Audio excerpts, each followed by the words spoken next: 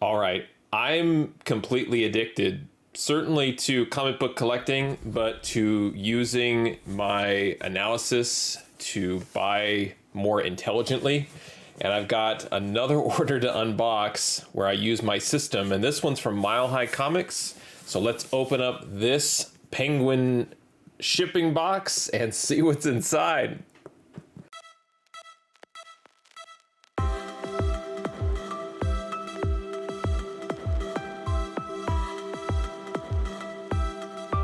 All right, so I posted a video where I'd ordered some books from Atomic Avenue, and it was pretty well received, so I thought I would just go ahead and get straight to it and do another one.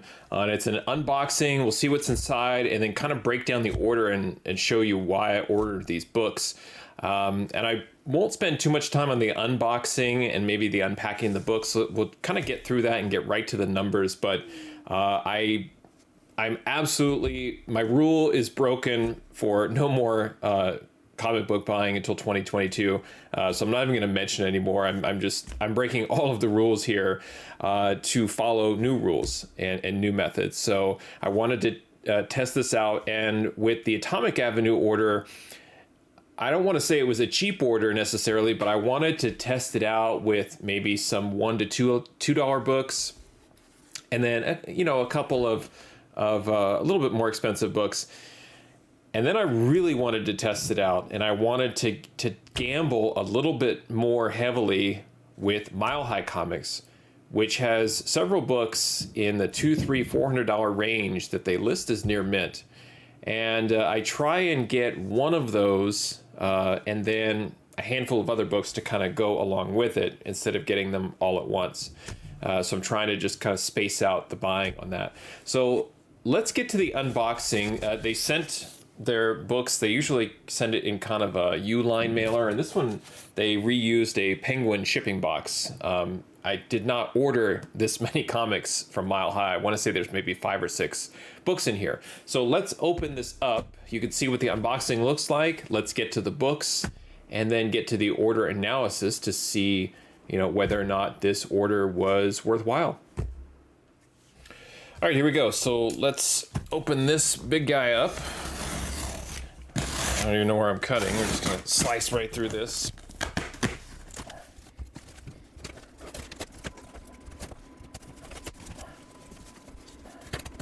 Oh, what a mess. All right, lots of fantastic. Look at all these packing peanuts.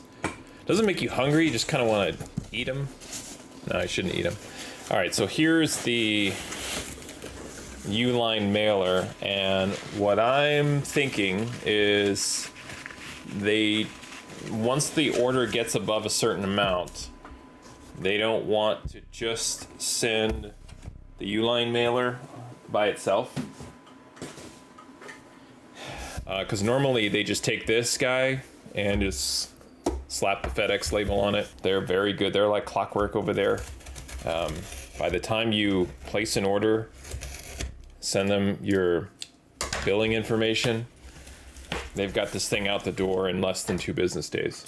All right, so here we go. We're gonna unfold this. And again, it's usually a makeshift cardboard cutout something. So we're down to layer number 3. And that's one thing about Mile High is I've never had an order where the books were damaged in transit. So again, if you're ordering from other places or eBay and all of these things, and you're like, Mile High is too expensive, why does this guy buy from Mile High all the time? Eliminating risk, that's why. I used to spend, I don't even want to tell you how much I spent buying from Midtown, and every other order was damaged. So then it's like, well, you go from books being 9.8 and 9.6 to 7.5 to 8.5. Are those books worth anything? No. Okay. So let's unravel this. I might be able just to slide the books out here. No, I don't want to slide them out. Undo the bubble wrap. And then this is very typical of Mile High. They put everything in an oversized plastic bag down to the 4th layer. And then the 5th layer should be the bags and boards. I'm hoping all of these comics have bags and boards. Sometimes they don't. I'll get my switchblade out of the way. All right. I'm gonna grab the packing slip here. And let's see what's in here. Okay, so yeah. There's actually 2 fairly expensive books. Yeah, 5-book order, and I'm going to try and see if I can, even just by doing that, I already saw the problem right there in the spine on that one. This one didn't have the backing board. This is Raiders of the Lost Ark, #1. There's no backing board on this. It's listed as near mint. This one, it shows up on like Cover Price. They're sort of hot books for the daily hot books. Anyway, it's been getting some attention, and it's listed like if you try and search for Raiders of the Lost Ark, it doesn't come up. It's under Marvel Movie Spotlight. So that's where this one is listed. And I've seen this one picked up, and this is my first copy, so I wanted to get it as near mint, and now I've got one. So look for that one under Marvel Movie Spotlight. X-Men Adventures, I've been picking up this one quite frequently as in anticipation for the X-Men 97 show. This one has a really awful spine curling here. Again, like this that I showed before, that's a nasty color breaking spine tick right there. So is this one near mint? I mean, it says so, NM. We'll see. Definitely could be pressed out. This is the other thing about Mile High is you'll often get comics that are miswrapped. And I know that the actual wrapping of the cover doesn't really detract from the grade, but from a presentation standpoint, I don't like it. But yeah, I keep picking these up because I think when X-Men 97 hits on Disney Plus, everyone's going to go back and take a look at X-Men Adventures. And, you know, this book, I'll show you what I paid for it, but, you know, it could be a $50 or $60 book, if it's not already in some places. But yeah, I keep grabbing these every time I see them. All right, this is Amazing Spider-Man 337. I went ahead and grabbed this. I was not on board with the whole, this is the second official appearance of the Sinister Six, but just in case the Sinister Six actually kind of shows up in one way, shape, or form in Spider-Man No Way Home, then at least I've got my copy here. I'm not going after the Amazing Spider-Man Annual #1. So this is the next best thing, according to the market. Looks to be in pretty decent shape. I just picked up 339, I believe. And really just any of these in the 330s, as it included the Sinister Six. So really cool cover there. And here's another book that I pick up as often as I can, and I'm trying my best to get the nicest wrapped copy graded. But this is Amazing Spider-Man 301. It definitely has some very, very minor hairline spine ticks that I can see already. But from the get-go, it looks to be okay, in okay shape. And I definitely want to open this and take a look. But I'm super excited about the next book because this is one of those expensive books that I ended up paying for.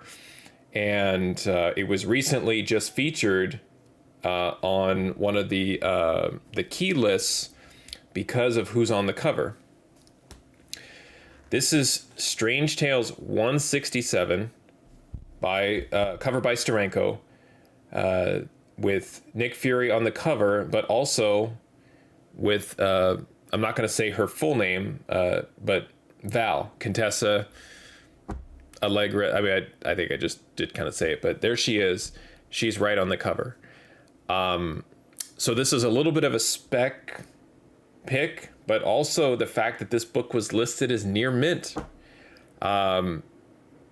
It doesn't have the super bright white, like this is definitely has some page yellowing, but I had to see what a near mint book looked like from Mile High, a Silver Age book, right? So this is a Silver Age 12-cent copy listed as near mint.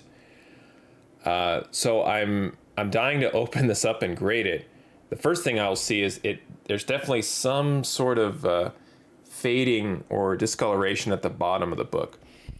And because I'm not an expert in grading Silver Age books, I don't know if that will detract from the book or not. But I normally don't do this during an unboxing, but I want to open this up even further and take a look just to see what kind. I want to make sure I'm not sweating. I should probably wear gloves, but I won't hold on to this book for too long. But I want to see what this looks like in near mint. And it's beautiful for sure.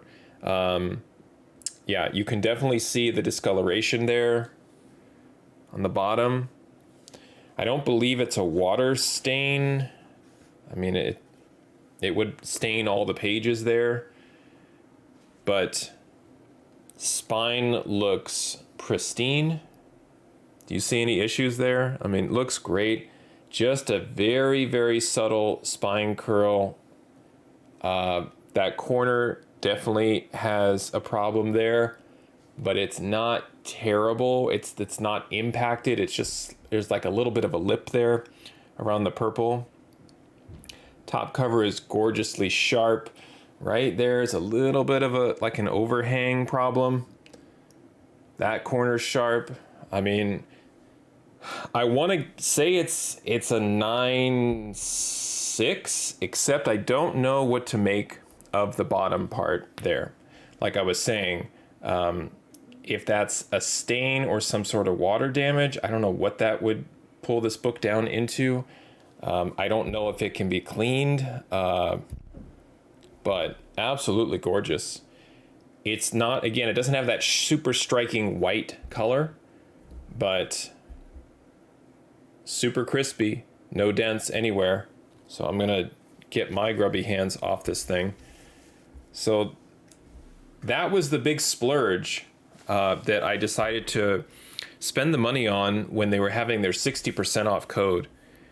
And I definitely paid more than I wanted to for a comic book. But again, I needed to test my theory.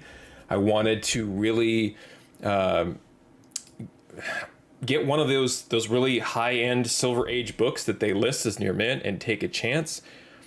I mean, even if it did come back as a 9.0 or a 9.2, still for a very, I would say, desirable Silver Age book, the cover of it, I think, is something that I know I remember as a kid seeing it with the American flag in the background and just the Steranko cover. There's a lot going for that book, and again, it's just starting to appear on some lists because Val's on the cover. So enough about the books. Let's get to the spreadsheet and see kind of what kind of investment I made in these 5 books in particular that drew me to these books in, again, near mint. All right, here we go. So here's the breakdown of the order. So let's just get it out of the way right now. Yes, I spent $380 in this order. All right, so there it is. I didn't find them at a flea market. I didn't find them in a dumpster. I didn't find them in somebody's attic.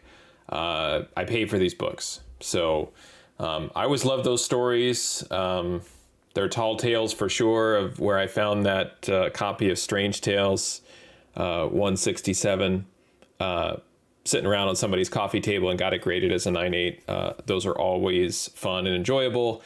I don't have any of those stories. I have to buy them. So I took advantage of the 60% discount And you can see again. Let's talk about it. Right, the other books are what they are. This was listed at $450. But when I was looking at the data, it's worth a gamble. So here's why. So hopefully you've had a chance to look at this information. This is what I spent. The Raiders of the Lost Ark book, $15.20. 337 was $30. X-Men Adventures was $24. I'm already, honestly, I'm pleased with the Strange Tales book, except for the discoloration at the bottom, because I don't really know. I'm gonna have to do some searching around, maybe on some CGC forums or something. But the X-Men Adventures with that ding and the miswrap, that's actually bothering me more. Anyway, so that's the details of the order. There was no shipping and handling, no tax, and then I had to pay $11 insurance because of the total value of the order. All right, so let's move that aside and get to the fun stuff. All right, so here is the fair market value of the books, and what I failed to do, or I realized I failed to do after the last video, was I didn't actually show you where the data was coming from, right? So this is the fair market value from cover price, $28.43. And here is Strange Tales 167 from 1968 at that $28.43 fair market value. Now, it has its own listing here of graded fair market values. I take this information that right from cover price, and then I sprinkle in a little Go Collect and some GPA, and I come up with essentially an average of the three in case one is out of whack or is presenting some sort of misinformation. It just kind of normalizes and presents a nice average. So that's the fair market value. So that's how this is working. It's pulling in the FMV. And like I was saying, from Mile High Comics, you can pretty much expect the fair market value to be less than the price that you would pay on Mile High. So this is where, something like eBay or a local comic shop back issue bin diving session might be better for you, because if you're just looking for a raw book, I don't believe that Mile High is the place to find raw books for your collection. You can see here, so I've got a total cost. Oh, I didn't fix this. So the total cost is wrong. So let me just adjust this. And what I do is I take the summary of the additional miscellaneous costs. 6066. No, yeah, and then, oh, the sum is wrong. Yeah, so, okay, so these are right, and then I have to just resum these, and I do that because I pull in the previous order's information and got to get that right. So now these numbers are looking better. Sorry about that. So if we look at the total cost, which is column Z, total cost is now matching what the invoice showed me. So that 380.20 is based off the invoice. Okay. So now I just like to hide the invoice amount. I don't know why. All right. So now it's time to see kind of what happens when I plug in grades, right? So the total cost here is this amount. You can see that if I'm just trying to sell these books raw, so if I just took the books as they were, photographed them, put them on eBay, listed them as NM or N' mint like Mile High does, I would assume a $258.48 loss. So again, that's just proving the theory that Mile High is not your friend for raw books. If you're just like, I want to get some raw books for my collection and put them in my bins, not the best place to do that. I buy books from Mile High to send in for grading. So the next column over, column AB, is what's important to me, the CGC potential profit, right? It's not actual profit because the books aren't graded. I didn't sell them graded. its potential. It's if I sent the book to CGC, I paid for the shipping, the cost to get the book graded, and so on, and I kind of average it to be roughly around $26 per book. That this is what it's going to cost me, and then this is what the cost of the grading plus the cost of the book. So if I just sent it without grades, this I'm already, let's say they all got 5.0s for some reason, they basically were all worthless. It's a total cost of $892 for me to buy those 5 books and send them to CGC. So now we have to apply the grade to give them some value. So I'm going to go in kind of reverse order here from least amount to greatest, so you can start to see what happens. So let's start with 9.4. So already, if I give the Raiders of the Lost Ark book a 9.4 slabbed,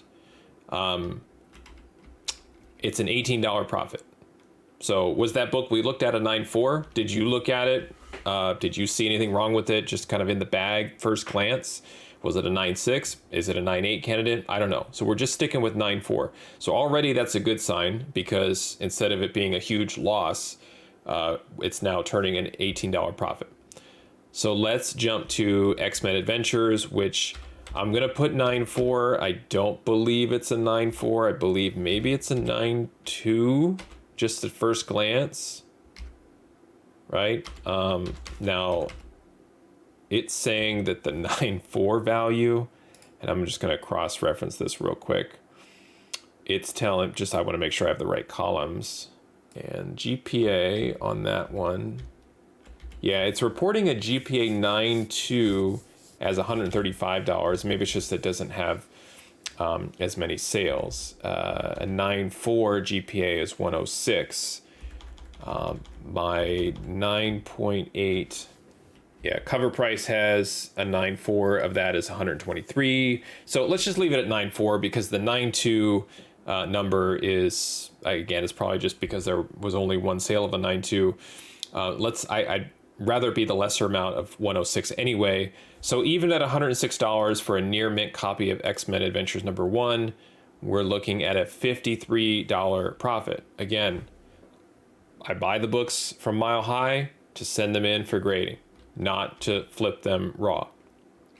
So we're kind of 2 for 2 here in terms of this AB column flipping. So let's keep going, and let's go with ASM 337. How about a 9.4? 9.4 of that book is currently $89. So total cost $32.20. But if I send it in for grading and it does hit a 9.4, I've made $30. So now this summary, I'm sweating at almost negative $900. But now at negative $635, maybe some of the perspiration starting to dry up a little bit. But let's get to the 2 big books. So let's go with ASM 301 in a 9.4.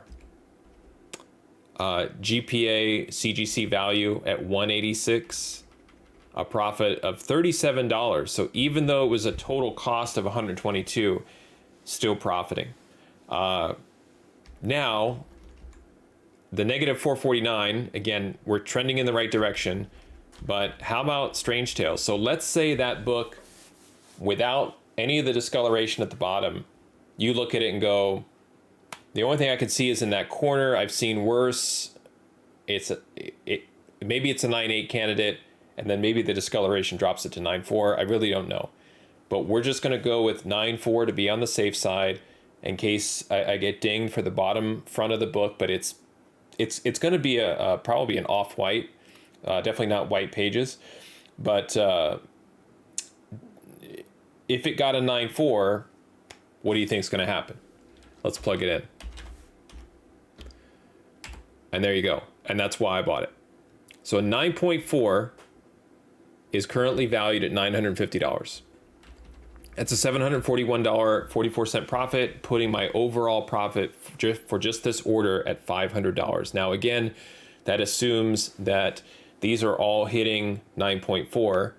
But just to be fair, I gave this book a 9.6. with the ability for a press. Now, the press could just keep it at a 9.6. I don't know. But what if it's a 9.6? Yep. It just, oh, that was wrong. What? Sorry, I did X-Men Adventures. Like, you're looking at this going, who cares if X-Men Adventures is a 9.6? How about Strange Tales? Yeah, 1,300.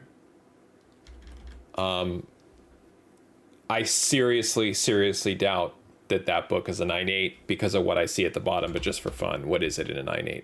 It's $2,100. So I think it has the chance of getting a 9.6, even if I left it alone at a 9.4, just to be on the safe side. Let's just leave it 9.4. I'm wrong about the bottom. It's perfectly crispy and minty otherwise. How about the rest? What if Raiders of the Lost Ark hits a 9.8?